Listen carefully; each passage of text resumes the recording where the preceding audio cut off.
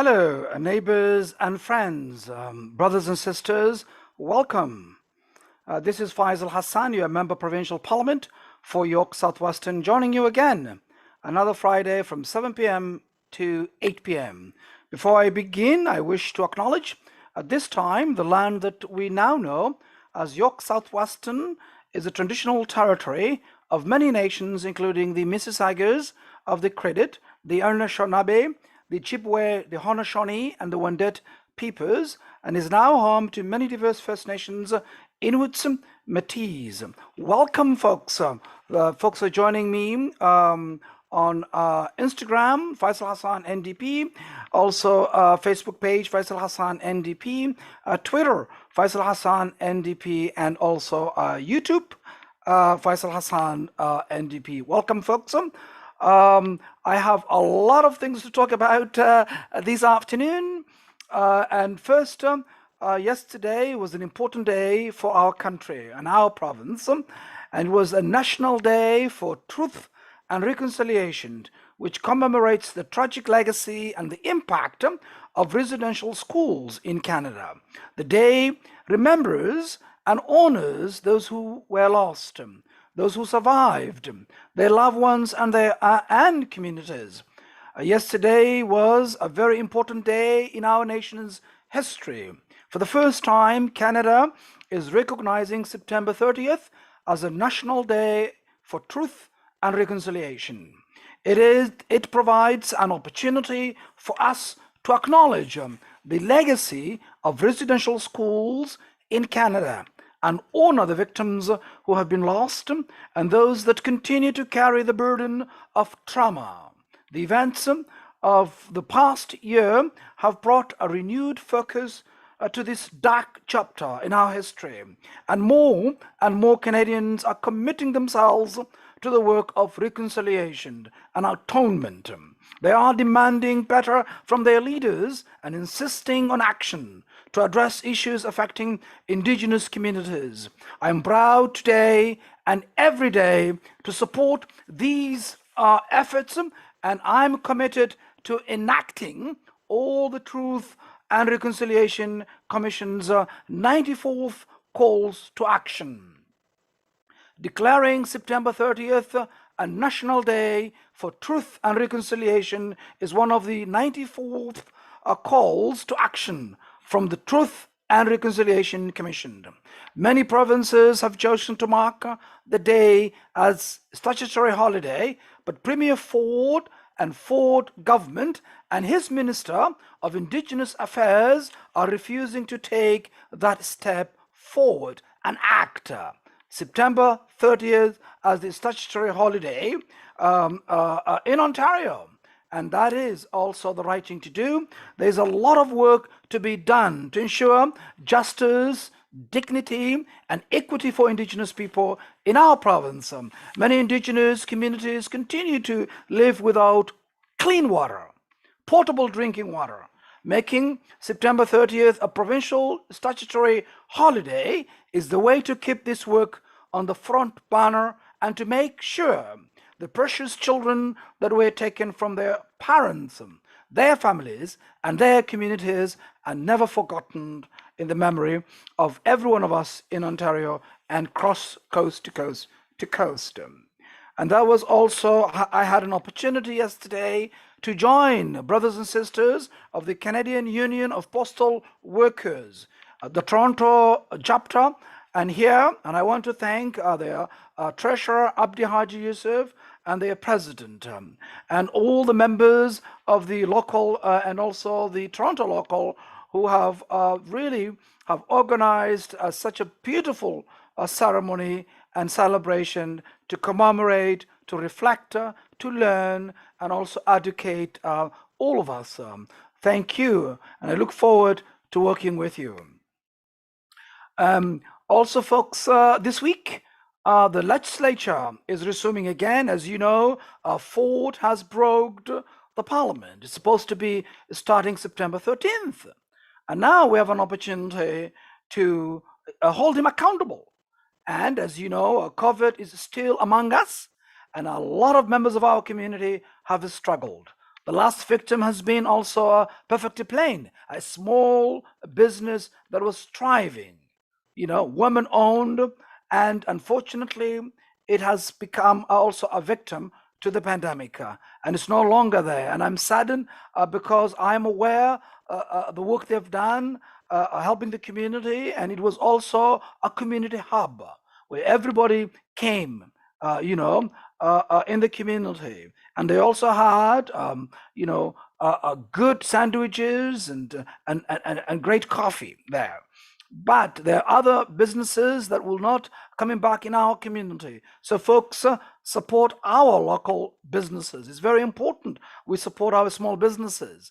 And I have been fighting with my leader, Andy Horvath, and the entire official opposition, making sure we put first small businesses. As you know, the Ford Conservatives have been supporting the big box, big corporations, and have forgotten about small businesses. Small businesses are still struggling, and they need support, and they need a third round of support to continue so that they come out of the COVID. And our healthcare heroes and champions, frontline workers, nurses, and PSWs are burned out. And hospitals and long-term care homes are understaffed, worse than ever. And surgeries are backlogged, and the waits are long and painful. Our kids' classrooms are packed. Case accounts are piling up in schools, and there aren't enough staff to give kids one-on-one attention when they need it. Small businesses, as I mentioned, are trying to rebuild, taking an extra responsibility without extra resources. They need our support now, not later, because we can't afford to lose another business in our community right here in York Southwestern. Last week we lost Perfect Planned, and this continues. We need to support them now. We can help people also make it to the other side and make the months ahead easier, safer, and start building our critical services. But we need Doug Ford to stop listening to his friends, his buddies, and start listening to regular families and working people. And our commitment, folks, as he prepared a throne speech, is very clear. It has to be putting people first. We need a plan to hire thousands of nurses. We need to have a plan to hire thousands of personal support workers, as they have been our heroes, our champions. And also we need to rebuild Bill 124, because it does not make sense, and also it does disrespect also nurses, because and workers whom we have termed frontline workers, champions, and heroes, and we need to make sure that we are supporting them in a meaningful way. A safe schools plan, including safer class sizes and hiring more teachers and education workers, is very important. And because we need in our community to make sure that our teachers and our classes are supported, and also we need smaller class sizes. That's very important. And as I said, also we need to make sure that we have a third round of supports for small businesses to help local businesses get back to their feet and come out of these pandemic that hit them hard. We need also to make sure that our healthcare and education workers get their vaccines to, keep, making sure that also everyone there in public healthcare and schools are safe, and that we can protect them. We need also to make sure that safety zones and proper enforcement of vaccine is also enforced, so that people are respected. And for this current budget cuts in education, about 800 million from education, is unacceptable. And cuts public health units to 10 from 35, and continuous funding cuts in long-term care. Over the last year, Ford held, as we have learned, 5.6 billion earmarked for fighting COVID-19. And that's a shame. That is the money we needed to spend, and spend it in small businesses, in our education, in our healthcare, and also make sure that the people who need support is provided. But he hasn't done so. But now is the time now then to spend it so that we have those priorities that I have outlined, and priorities also my leader Andy Horvath highlighted yesterday is key moving this province forward. Ford conservatives could have made our kids' classes smaller and put more safety measures in place in childcare centers. As I've had also a town hall on childcare, as you've heard, we have many spaces that we can actually move on quickly on childcare. And also, Dark Fort needs to move quickly and support and partner with the federal government to get childcare $10 a day. And that is doable. We could immediately use our community centers, our schools, and other locations to make sure this is done as a priority so that the working class and also young parents can go back to work while they are not worried about childcare. And childcare has been a disaster, and many governments, especially the Liberals, have been promising the last 30 years. So let's get it done. Let's get it done, and let's work together to get things and results for communities. But this government has been obstacle. They could have spent the 5.6 billion earmarked for fighting COVID-19, and still they haven't done so. And it's very important also put more safety measures in place to protect our childcare centers. We could have hired more nurses and long-term care staff and given them a better wages, as he could have invested to keep small businesses afloat. But he didn't want to spend money on you, folks. And our healthcare system and our kids' schools, our small businesses community have been brought to their knees. Well, folks, we need change. An NDP government will deliver those priorities for our communities and also protect small businesses, make sure that we also invest in education, and we also make sure that our long-term care, we remove the profit maximization out of it. And I've said again and again that there's no money to make on the backs of our seniors, folks. And that's very important. Well, thank you, folks. Those who are just joining, welcome. This is your member provincial parliament, Faisal Hassan.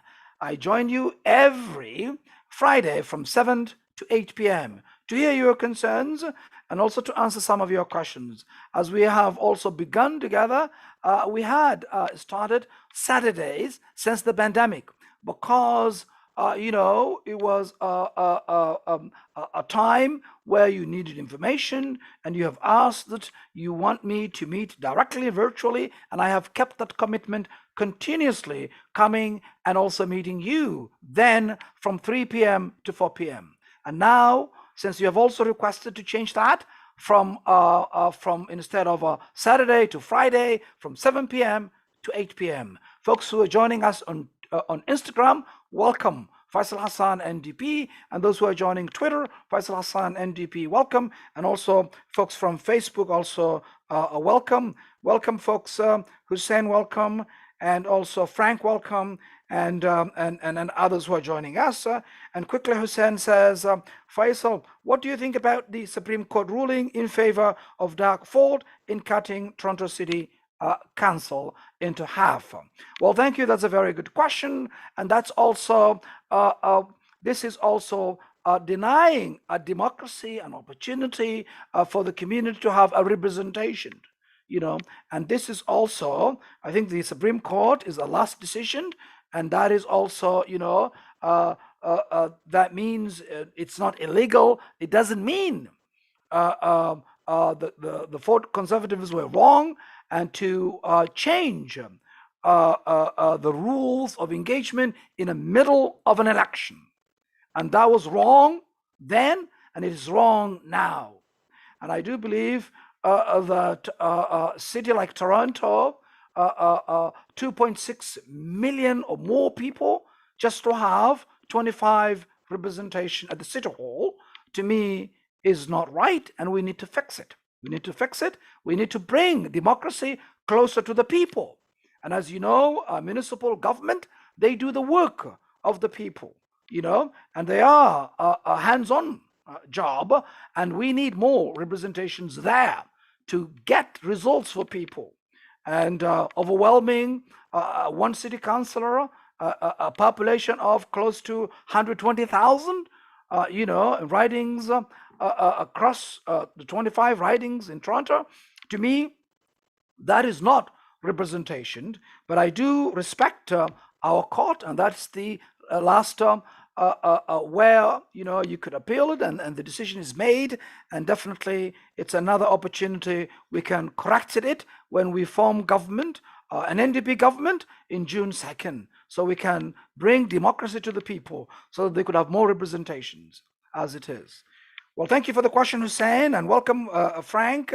Frank says, thank you for having this talk today, Brother Faisal Hassan. Well, thank you, Frank, and thank you for joining me this afternoon as well, this evening, rather, as well. And Hussein says, how can we get a rent-to-own program for houses for low income? Well, I think why don't you own it rather than rent?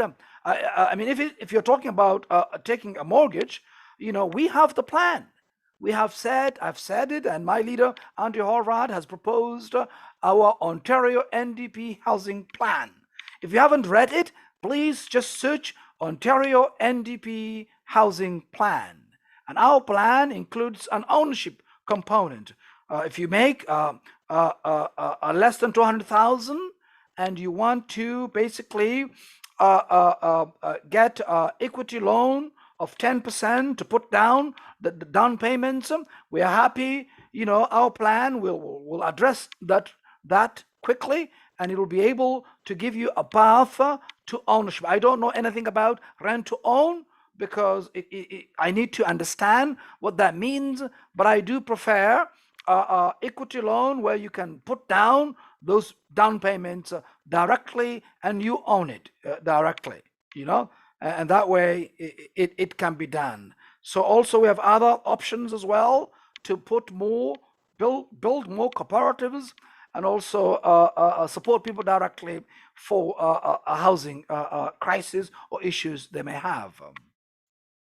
Well, quickly also, I see here our friend from Instagrams are also commenting and writing questions.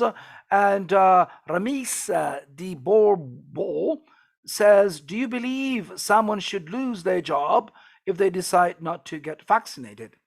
Well, I think, as I said many occasions, Ramses, is that we have to protect workers, and we cannot afford people not to be able to pay their rent, their living, their livelihood. It's very important that we also make sure that people are protected. But also, I do believe that we must also educate people, about the advantage of the vaccines. I'm fully vaccinated, and I do believe it was the right thing to do for me personally, and that's also a good thing.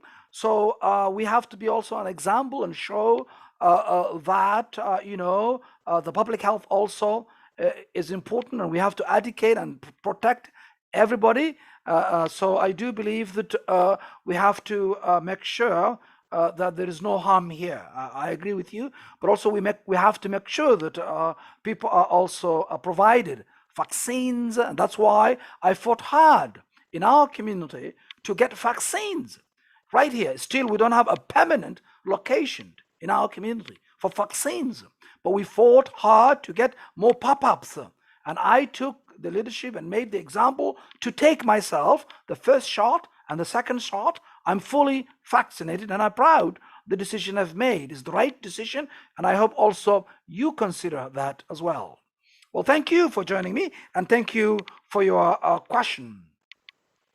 And folks, also, on this week also, it came to my attention also about a project that the community in Weston, especially on Church Street and on the neighborhood of the Humber River Hospital, on the old location where 200 church location has also the communities has been proposed the houses that the hospital owns and partnership with Luft Community Services, and it is a charity a partner of Humber River Hospital.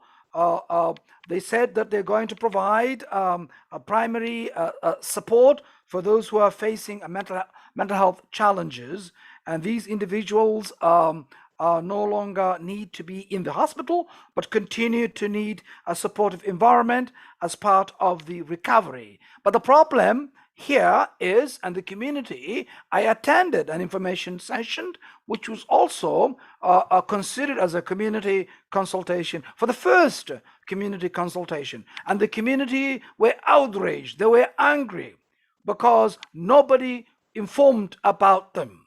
There was they have been said that they have contacted the city councillor, Francis Naziara, and the Francis Naziara has had a meeting with some of the community members. Some people said they were the BIA. I don't know which BIA it is. Some people said it's a Western Village Resident Association. I don't know more information about that because I haven't attended that. But this was the first meeting. The community were invited and the community were outraged and they have not been consulted. And I said there, and I'm going to say it here again, in our community, we have become an afterthought. Every project that's coming our community, the community members are not consulted. And that is wrong. And I do believe the right thing to do is to engage the community. The community is not against to support their members of the community who need a support for mental health and other services and programs. And they have been there close to the hospital, some of them over 40 years or more. They have been very cooperative, and I think it's the right thing to do to work with them and listen to our community members. And I hopefully that also I wasn't informed. They haven't approached me. The only time I found out is when the community were informed there is a meeting happening. And I was happy to meet also the director of Luft Community Services and also the director also of the Humber River Hospital. And I'm looking forward to working with them and the community to get some understanding and also making sure that the community is consulted and they are also listened, their concerns as well. Well, thank you. And that's very important. And we've seen many cases like that, the community that has not been consulted again and again and again and again. This culture must change because the community is outraged and angry. And I haven't been even informed about it. So I've really found out the last minute when the community was also informed. And I do also thank the director of LUF who also acknowledged that they should have contacted me early on as the elected member so that I could also arrange that kind of consultation, the community understanding what their work is, so that they are also answer their questions. And that's the way working together.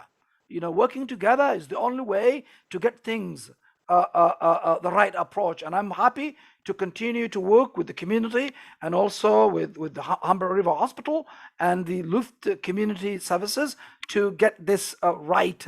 But I think it needs also honest and straightforward that they need to work with the community because this is their neighbors. The community is the stakeholders. And if we don't consult the community, who else are we consulting? And if we are consulting the city councillor, then that's fine. The city councillor also should be also bringing the community on board to hear their concerns and then being addressed. I don't like the community being just lectured and impose things on them. And that's not right, non injusto, and we're not going to accept it here in York South Western as long as I am You're a member of Provincial Parliament for York Southwestern. As you know, that mental health is a huge issue. We have called for an entire ministry, to set up to deal the mental health. But we can't only work ourselves. We have to work with the community. And the community input is key, is essential. It must be respected. And as your member provincial parliament, I will continue to make sure that you are respected and your voice is also listened. So thank you, and I'll continue. Those of you who have reached out, I thank you also informing me about the meeting, and I was happy also to engage also the members of the community and others. And the city councillor said I was in the meeting she arranged. That was false. It was incorrect. I wasn't there, I wasn't aware, and also the Luft Community Services can testify that as well. I was not there, and some of you also called it a fake news, and that was indeed. So we have to be also respecting other elected members and making sure that if you are going to invite, then invite me, and I'll be happy to be there. But don't just say in the public that a meeting which I was not there, I was there, and I'm happy to stand with the community and take the side of the community issues, because I'm accountable to the community and they are my bosses and I'm responsible for them to represent them. I know that most of the issues there is municipal in nature, but also still I want to make sure that the community is consulted, because that's the key. That the community is the bosses. You are people who are going to make the decisions, who's going to represent you, and therefore you should be consulted always and every project, and also bring your ideas as well. And this is what I'm going to advocating and fighting for on behalf of the community. Well, thank you, folks. Sorry, folks, I have a lot of things to cover and to talk about this afternoon. And thank you, Jay. Thank you, Michael. And those also, Ramos also, thank you. And I agree with you. No one should be losing their jobs. I think it's very important that also that we make sure, Ramas, that we also protect jobs, but also we have to educate those members of our community about the benefit of the vaccines. It's very important that we do, so that we also protect everybody, every member of our community. It's very important. Okay, and folks, there are also just give me a minute. I think, what do I want to talk to you about? Just give me a minute. I have so many things to talk to you about. But just give me, yes. Well, thank you, folks, for joining. And about now, I think close to almost a month now, we had our optometrist, a dispute between the Ontario Optometrist Association of Optometrists rather, and the provincial government, headed Premier Ford, has resulted in the withdrawal of the eye exams covered by OHIP. The government has failed to meet optometrists at the table. And this is, folks, this is interest to you, because a lot of seniors in our community have written to me about this issue. And also we know that the seniors and also young people are younger than 20 years old, are not longer also having these issues of not seeing their optometrist, and meet the optometrist at the table. And the impact is being felt by our neighbors across our community. Children are returning to school and having difficulty seeing the board. More and more seniors are struggling with the loss of independence that can be prevented by routine eye care. This situation has gone on far too long and demands action. The government can no longer turn its back on optometrists and must return to the table to achieve a resolution that would benefit all, especially the patients that are being impacted by the dispute. The lack of funding for OHIP covered eye exams is an issue that has troubled optometrists for many years. The problem is not new, folks, and is the result of several years of neglect at the hands of the liberal and also conservative previous governments, going back over 30 years. The government has proposed a small one-time catch-up payment and a meager increase going forward that would not cover the cost of the exam. Our healthcare system is screaming for resources. It needs resources because it has been cut continuously.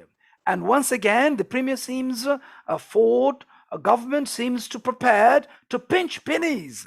We've said this and we continue to say they are pinching pennies and hold investments in services that are essential to our community.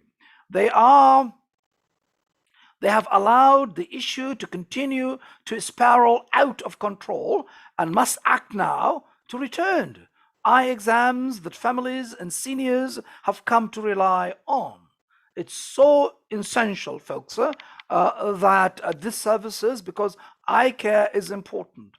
And there are many folks who their families have glaucoma history that they need to check a timely manner to make sure that they are protected from those kinds of issues such as glaucoma and others.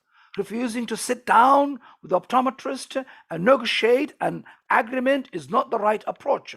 The government must return to the bargaining table and engage in meaningful dialogue with optometrists to deliver on the fair compensation they deserve. They need to come to the table with appropriate funding and return to the delivery of these vital services to the community. I will continue, folks, our friends, our brothers and sisters, and neighbors to encourage the government to do the right thing. And I will continue to advocate for further expansion of AHIP to protect all Ontarians from head to toe, including eye care, pharma care, dental care, and mental health investments. The pandemic has placed a focus on the value of healthcare investments, and this is a lesson we cannot afford to ignore.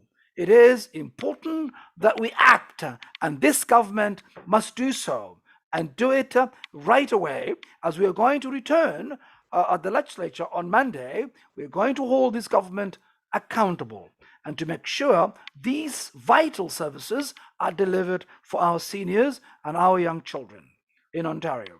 Well, folks who are just joining, you're joining Faisal Hassan. You're a member of Provincial Parliament for York Southwestern. Those who are joining on Instagram, welcome. Faisal Hassan NDP. Twitter, Faisal Hassan NDP, welcome. And also YouTube, welcome. And if you haven't subscribed my YouTube, please do so.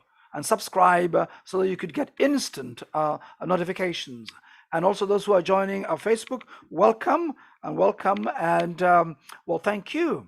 As I've also mentioned, folks, recent budget documents, as I mentioned again and again, released by the Ontario government have shown the government has having and spent the plan for fiscal year by 5.6 billion. This raises the question, folks, as to why this money wasn't spent in advance of the deadly third wave. Had the government chosen to spend these funds rather than withhold them, we could have done more to blunt the devastating third wave that followed shortly after. The government decided to hold back these funds. It's disappointing, and I look forward holding them accountable to these painful choices on return to the legislature as we return this coming week on Monday to hold them accountable and to make sure we spend resources on those important issues, on our education, on our healthcare, and making sure that also we also support our small businesses, because our small businesses are also in the heart of who we are as a community. They are closer to us. They are supporting the community in charity and other ways in the community. And they also live in the community.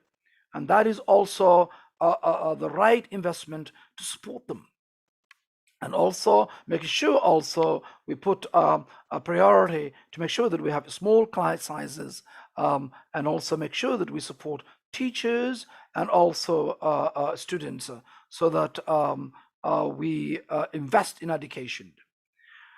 And so welcome again, those who just joined.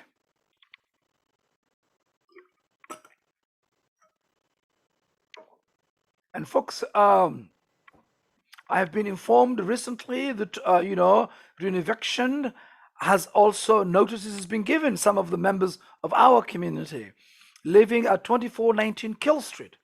And once again, our neighbors at 2419 Kill Street are being forced to endure the threat of reneviction as they received word, as we received a word that several residents in the building have received new N13 notices. I have been impressed with the unity of our neighbors, that these tenants, as they support each other in this battle, and I'm proud to support their efforts. Earlier this year, I rose in the legislature to support these tenants and spoke to the continuing issues of renevictions in Toronto and also in our community. I've also hosted a virtual town hall on the topic and will continue to advocate for the legislature to crop the unfair practice of renevictions in our community and across Ontario. And I know also many small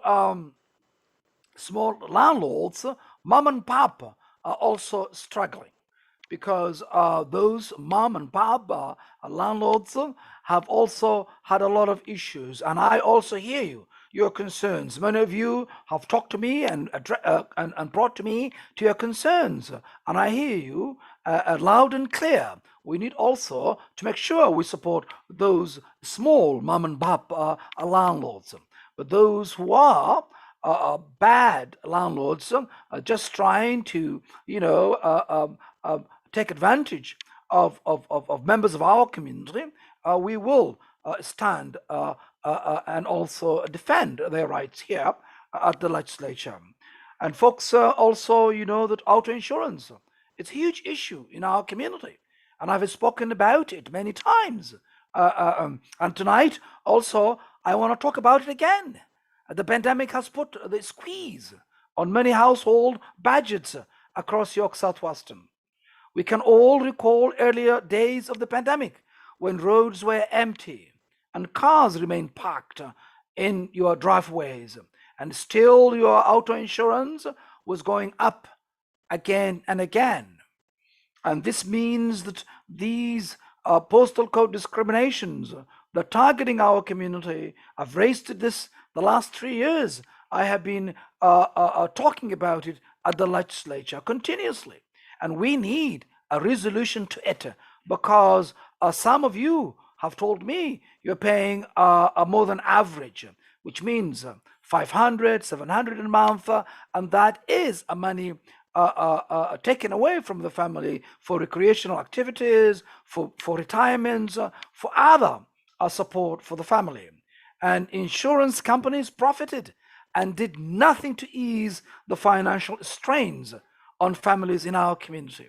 Here in York Southwestern, we are further burdened with the discriminatory practice of postal code discrimination, where individuals in our community are forced to pay exorbitant fees simply on where they live.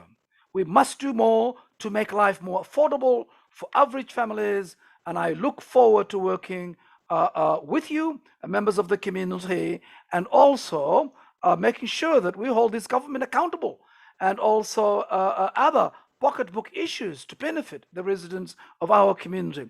When you are paying an average of $500 for auto insurance simply because of where you live, it has got nothing to do with your driving record. It's got nothing to do with the car you drive, and this is wrong and not injusto. And we're going to correct it. We're going to make it address it, and we have addressed it, as you know. We have proposed bills. My colleagues from Brampton North, our critic for auto insurance, Kevin Yard, and the previous auto insurance critic, Gorotan Singh from Brampton East, and also Tom Rokosovich from Humber River Black Creek. I have also a previous auto insurance critic. I have been working closely with them to address these issues. They have proposed bills, they have tabled bills, rather, motions as well. I myself also tabled a motion to end postal code discrimination. And also Kevin Yard has also, when I had the auto insurance town hall meeting a couple of weeks ago, he joined us, Kevin Yard, Brampton North, member provincial parliament for Brampton North, our critic for auto insurance, and he has even told me these insurances, they are contemplating also not only now a postal code, we know the impact of a postal code discrimination. Now they're thinking about your credit record, which has nothing to do with auto insurance. And we need to end this kind of out of control. And you can count on me advocating and fighting, and many of you have spoken to me on this, and it affects in our community. An average in our community, they pay $3,000 a year on average for auto insurance, and that is not right. And all these things with regard to the way they work on these things that they're telling us, it's because more people claim, or we have more accidents. This is not true. And we found out that even during the pandemic, cars were not being driven. They were just parked in your driveways, but still the auto insurance still continues to go on the roof. And folks who have just joined us from my colleague from London West, welcome, Lisa Grusky, a great MPP for Windsor West, my colleague, and also a deputy speaker from the Ontario Legislature. Welcome for joining me, Instagram, and those also folks who are joining us. Welcome on also Facebook. Margarita, welcome. Katra, welcome. And folks, early on, as I said, you have said that we should come to virtual Zoom to meet on social media platforms. During the pandemic, you said that let's meet on Saturday from 3 to 4. Since the pandemic, we have been meeting from 3 to 4 to answer your questions, your concerns, and also to talk to you about the important issues of the week.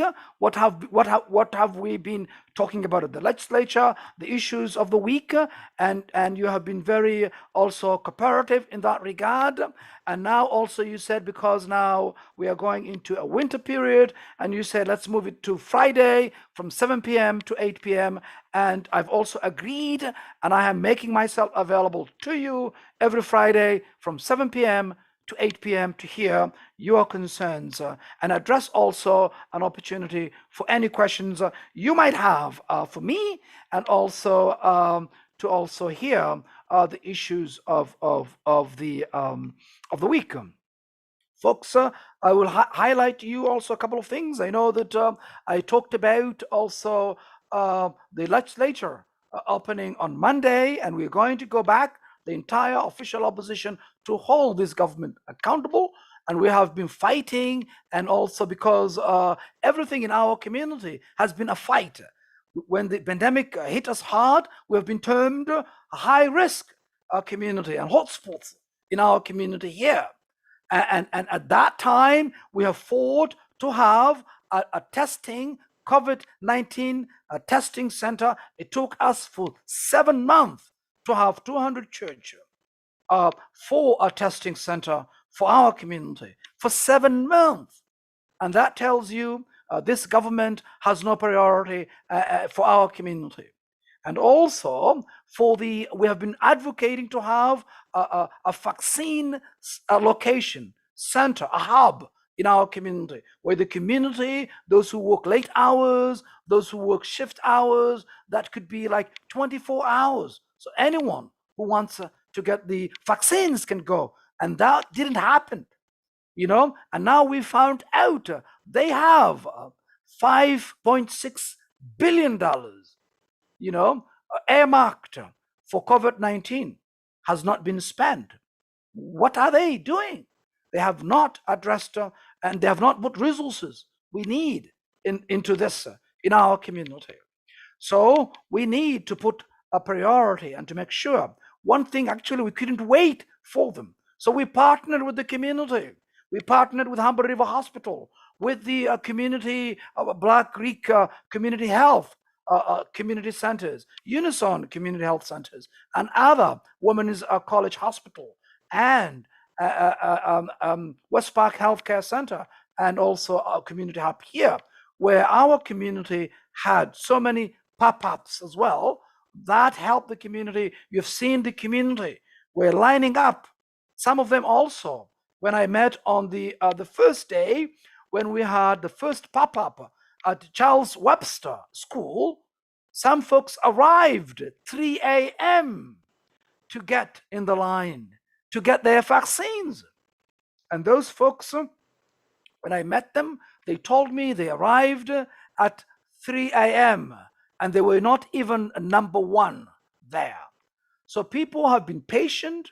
They have been lining up, but it would have been much better if this government could have brought more educational to educate the community about the vaccines. We also had an educational town hall meeting about the vaccines. We invited, doctors, public health doctors and experts to educate about the advantage of the vaccines.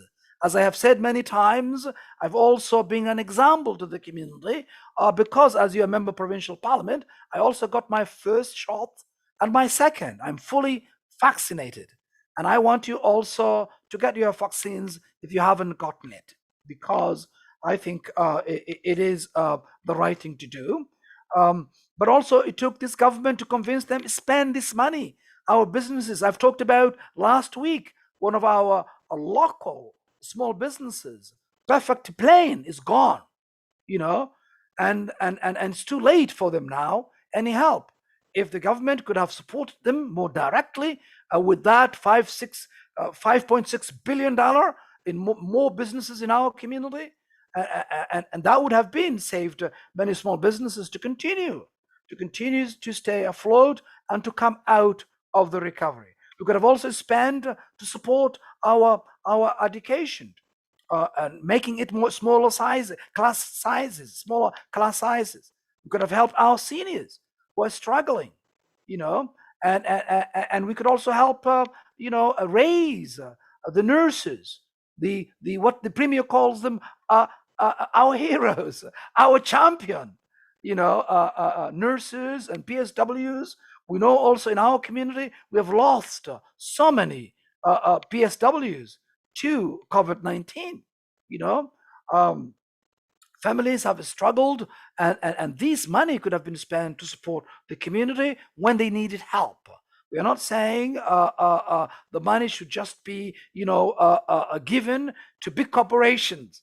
It should be supported where it's needed, the community, and also in our education, in our healthcare, and our small businesses. And that would be the right thing to do. And still, this government has an opportunity to do the right thing now on Monday, to actually listen to us. And my leader also, Andrew Harvard, have put our priorities from the throne speech.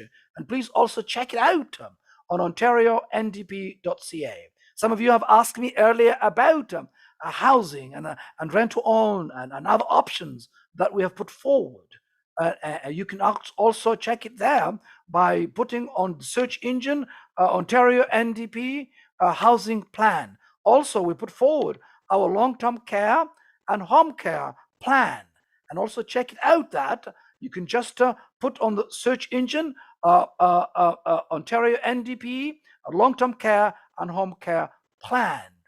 There you have them. And one of the important folks, when it comes to long-term care that we want to remove, the profit out of it, because we have seen what happened. There are 10, long-term care, 10 private companies, except the city of Toronto. The other 9, they're all private, big, I'm talking about big long-term care corporations. And we have seen the problems they've caused. We have seen the reports of the military. We have seen how our seniors have suffered, have needed a support. They could not get support. We can do better, folks. We can provide them a daily care of 4 hours and a half. We can support them in non-profit settings. We can remove profit out of it, and we will do it, and NDP government will do it next year. And hopefully, until then, also, we'll make sure that we hold this government accountable. Once again, folks, thank you, those of you who are joining me this evening, rather. Instagram, Faisal Hassan, NDP, welcome. And thank you for joining me, Instagram. And those of you also joining Twitter, welcome as well. For joining me, and also YouTube and Facebook, Faisal Hassan, NDP. Also, folks, today has been also a National Seniors Day, our Seniors Day today, and also happy Senior Day, National Senior Day. And we've seen the struggles our seniors are having. I've talked about the optometrist, the eye care, the dental care, the pharma care, the mental health care that our young people need. And we need to make sure that we support them and make sure that also we support them when they need help. And now is the time, not just to keep money somewhere where it's needed to be spent. Don't penny pitching. We don't need at this time. We are in a global pandemic. People have lost their lives. We're losing businesses. And we don't want also to create more problems, to lose even further jobs. We need to support people, and we need to support them now. Well, folks, those who are joining on Instagram, DT Laurie Robinson, Taylor, D. Taylor Robinson, well, is joining us. And D. Taylor Robinson is a great teacher. He's from Scarborough. We call it Scarborough. Welcome, D. Taylor Robinson, for joining me this afternoon in Instagram. And he says, working hard and long hours, much appreciated, brother. Well, folks, one thing, if you live in a Scarborough Center, listen to me, folks. If you live in a Scarborough Center, D. Taylor Robinson is a teacher, and he has put his name forward to run for the next election. He's seeking your support, so join him and join the NDP, Ontario NDP. Well, you need to engage with him and support him to become the next candidate, for Scarborough Centre. He's a great guy. I know him and I met him. So, of course, there are also others who are also competing with him in the nomination. So sign up, and support D. Taylor Robinson. Well, thank you, D. Taylor Robinson, for joining me. And we appreciate your encouraging words. And I know that you have been also doing a great public service for teaching our kids. And thank you for that as well. Well, folks, those who are joining us, you're joining Faisal Hassan, you're a member of Provincial Parliament, and you have been joining me every Friday from 7 p.m. to 8 p.m. And definitely, I'm looking forward next week to the legislature to bring the concerns we've talked about. And as you know, early on, Ford broke the Parliament, and that was a mistake to begin with. And now we're going, and now the throne speech is happening on Monday, and definitely we're ready to hold them accountable and make sure that your voices and your concerns are addressed at the legislature. Well, D. Taylor Robinson says, we're going to get it done together, brother. Indeed, we need to expand the Black Caucus. We have, for the first time, folks, I'm also a member of the co-founders of a Black Caucus on the Ontario legislature. It was in the history of the Ontario legislature for the first time ever in its history, where a political party could actually elect enough members to form a caucus. Well, D. Taylor Robinson, if he's successful, we want him more people like him who have contributed in education. He has also had a track record of also fighting for also racism and also anti-indigenous, anti-black, and all kinds of forms of systemic issues that exist in our system. And I'm happy that he's put his name forward and is such a great candidate. Well, hopefully, you could sign up for the Ontario NDP and support him. Yeah. All right. Well, thank you for joining me, D. Taylor Robinson, as well, and thank you also, folks, also joining. And okay, and also Farah says, hello, Farah, welcome. He's just joined us from Instagram. And those also who are joining us also Facebook, also welcome. And those who are also joining us Twitter and also YouTube, welcome. And if you haven't subscribed my YouTube, please do so. Okay. Well, yes, D. Taylor says, honored Scarborough, stand up. Well, we need, Scarborough needs an NDP representation. I know my friend Dolly Beckham, Scarborough Southwest, is doing a fantastic job.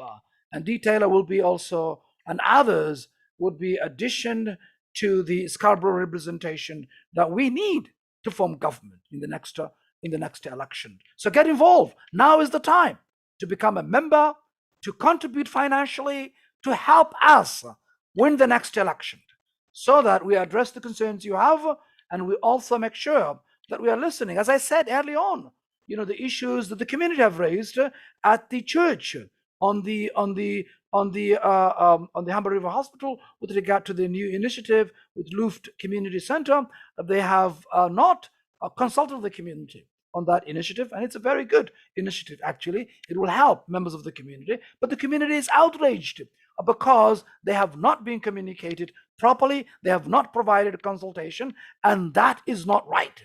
So don't just sit aside, just get involved. Make sure you are involving now, and support brother D. Taylor and his team to make sure that you put him on the top. Okay, well, that's all I will say about that nomination, because I know that Taylor have joined us, and since he joined us, I believe is the right thing to do to support the brother and shout out for that to involved for his contested nomination. And hopefully a best candidate will come out. Definitely Taylor has been local in that writing and has done a fantastic job as a teacher, and also someone who has been also front and center fighting for the community issues. So thank you for putting your name forward, and I do appreciate. It's not easy to actually have the courage and bravery to put your name forward, and join us, folks. This is a movement. This is your party. Join, sign up, and also donate, contribute, folks. And you can also check it, ysw.ontariondp.ca. That's and also you can check me also, faisalhassan.ca. Okay, and folks, if you need any concerns, don't wait until Friday. You can email me, faisalhassan-co@ndp.on.ca.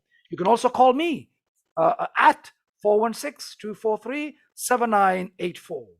We'll be happy. Our office now it's open only by appointment.